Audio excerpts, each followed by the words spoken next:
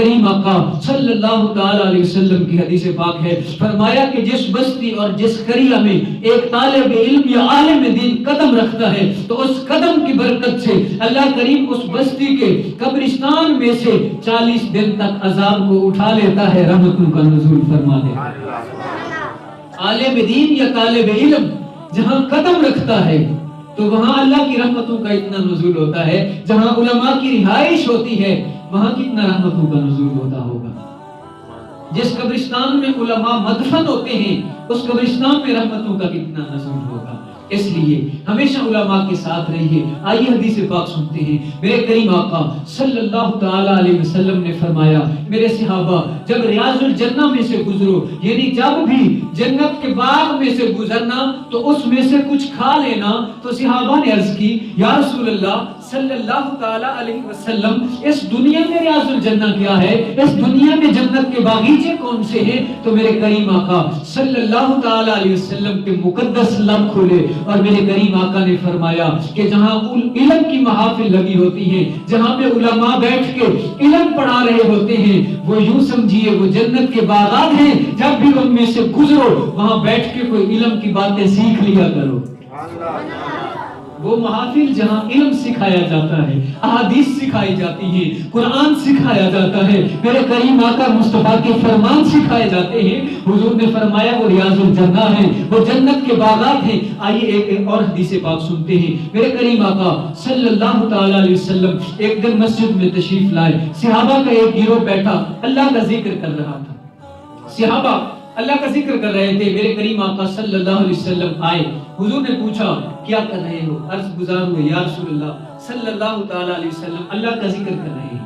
میرے کریم آقا صلی اللہ علیہ وسلم آگے چلے، آگے دیکھا ایک اور مجمع لگا تھا، صحابہ کا کچھ گروہ بیٹھا تھا، وہ علم کی باتیں کر رہا تھا۔ میرے حضور نے فرمایا میرے صحابہ تم کیا کر رہے ہو؟ صحابہ نے عرض کی یا رسول اللہ صلی اللہ تعالی علیہ وسلم ہم علم کی باتیں کر رہے ہیں، علم ایک دوسرے کو سکھا رہے ہیں، قرآن و حدیث کا علم ایک دوسرے کو سکھا رہے ہیں۔ تو میرے حضور نے فرمایا میں اسے پسند کرتا ہوں، اور پھر حضور ان میں بیٹھ گئے۔ ایک محفل تھی ذکر کی، ایک محفل تھی علم کی۔ میرے حضور نے ذکر والی محفل کو بھی دیکھا، علم والی محفل کو بھی دیکھا، پسند اسے بھی فرمایا، مگر جو زیادہ پسند فرمایا وہ علم کی محفل کو پسند فرمایا۔ مگر آج ہم دیکھیں ہماری علم کی محفل کس حد تک ہے۔ جب کہیں محفل لگتی ہے، میلاد کی محفل ہوتی ہے، درس قرآن کا کوئی پروگرام ہوتا ہے تو 4 آدمی 5 آدمی بیٹھے ہوتے ہیں، صرف 4-5 آدمی بیٹھے ہوتے ہیں۔ کہیں کھاڑا ہو، سینما گھر ہو تو بیٹھنے کی جگہ ہی نہیں ملتی ہے، کھاڑا لگا ہو، کہیں کنجر آیا ہو، گانے اور فلموں کا کہیں پروگرام ہو تو وہاں بیٹھنے کی، پاؤں رکھنے کی جگہ نہیں ملتی۔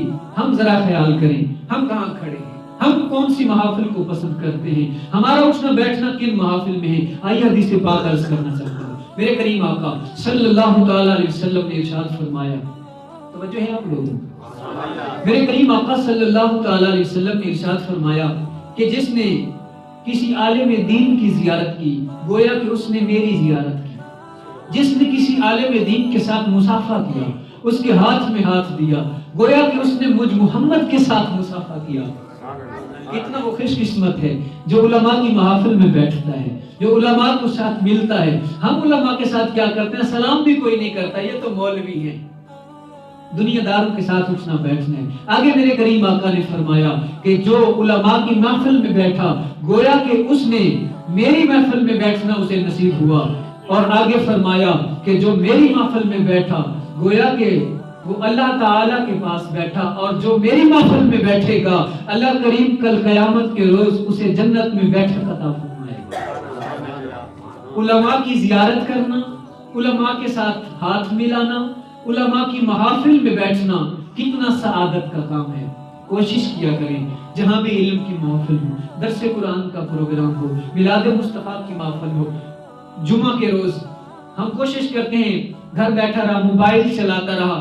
ہمارے ہاتھ میں صبح بھی موبائل ہے، شام کو بھی موبائل ہے، دوپہر کو بھی موبائل ہے۔ پہلے ہوتا تھا، ابھی ڈاکٹر جب میڈیسن دیتے ہیں نا مریض کو تو کہتے ہیں ایک گولی صبح، ایک دوپہر اور ایک شام۔ صبح دوپہر شام کے لیے وہ کہتے ہیں جی یہ استعمال کرنی ہے۔ آج کل موبائل کی بھی یہی صورت ہے، صبح بھی ہاتھ میں موبائل، دوپہر بھی ہاتھ میں موبائل، شام بھی ہاتھ میں موبائل ہے۔ اس کے علاوہ کام بھی کوئی نہیں. آزان ادھر ہو رہی، ہم موبائل پہ واٹس ایپ فیس بک چلا رہے.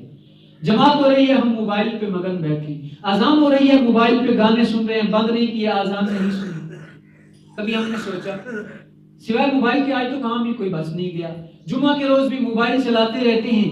کوشش ہوتی ہے دکان پہ بیٹھا رہا یا گھر میں بیٹھا رہا، اسکول سے بیٹھا، کام بھی کوئی نہیں، فری بیٹھا ہے، گھر میں بیٹھا رہا. بھئی آزان ملے گی، خطبہ شروع ہوگا، جاؤں گا مسجد میں نماز جمعہ پڑھوں گا، بس 2 فرض پڑھے اور پھر بھاگ گیا. نہ سنتیں پڑھی نہ نوافل پڑھے. کوشش کیا کریں جمعہ کے روز بھی یا ان محافل میں جہاں مساجد میں جہاں صبح درس ہوتا ہے، کوشش کیا کریں بر وقت گیا کریں، کچھ علم کی باتیں سیکھا کریں. میرے حضور نے فرمایا جو علماء کی محافل میں بیٹھتا ہے گویا کہ وہ مجھ محمد کی محفل میں بیٹھتا ہے. کتنی سعادت افروز وہ محافل ہے. جمعہ کے روز بھی کوشش کیا، بر وقت تیاری کر کے آیا تاکہ تقریر سنی. علماء دین، مبلغین اور خطباء جو ہیں وہ جمعہ کے روز مفت میں ہمیں احادیث بھی سناتے ہیں، قرآن بھی سناتے ہیں، تبلیغ کرتے ہیں، سیکھنے کو کچھ مل جاتا ہے. اللہ پاک